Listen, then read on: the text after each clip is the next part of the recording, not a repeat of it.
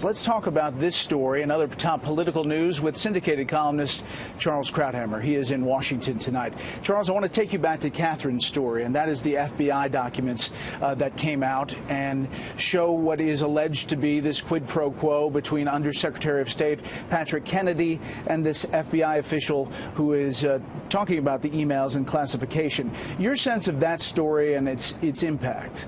Well, there are so many ironies here.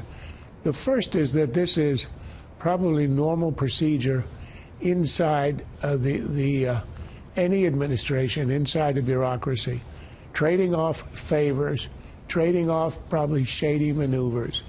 But the problem is this: the charge that Republicans, Trump in particular, are making against Hillary Clinton is precisely that she represents business as usual. You can defend Clinton and say, well, this goes on all the time. But that's the point. They are trying to wipe away this kind of culture of corruption.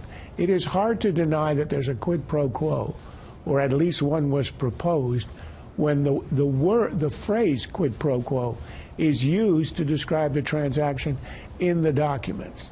So, look, this is the camera in the sausage factory. I don't think that we should be shocked that this happens in the bureaucracy, but once you see it in black and white and you hear the charge that Clinton represents business as usual, and it's a corrupt business as usual, that I think accentuates the charge and makes it a very serious one. Charles, on the emails, you know, the campaign comes back and says, we don't know if they're accurate or not. This is hacked by Russia and putting him out there. But the FBI documents, in there are other things besides this Patrick Kennedy situation. For example, the FBI in interviews of FBI officials and service members explained that Clinton's treatment of diplomatic service security agents on her protective detail was so contemptuous that many of them sought reassignment or employment elsewhere. Prior to Clinton's tenure, it goes on to say, being an agent of the Secretary of State's protective detail was seen as an honor and privilege reserved for senior agents. However, by the end of Clinton's tenure, it was staffed largely with new agents because it was difficult to find senior agents willing to work for her. That's the FBI documents, not the emails.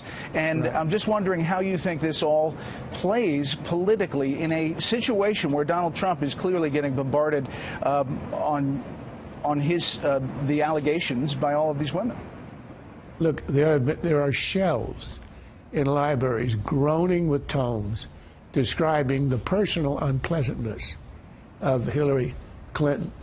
This is another piece of that evidence, and because it reinforces the pre-existing impression of somebody who is not pleasant, is arrogant, and treats subordinates with disrespect, it makes the case that when she says that she speaks for the middle class, for the suffering and the poor, and of course the children, you might want to be suspicious about that claim. But it's nothing new. It adds to the weight of evidence, and when it has the FBI's signature on it, that I think is also significant. Charles, as always, thank you.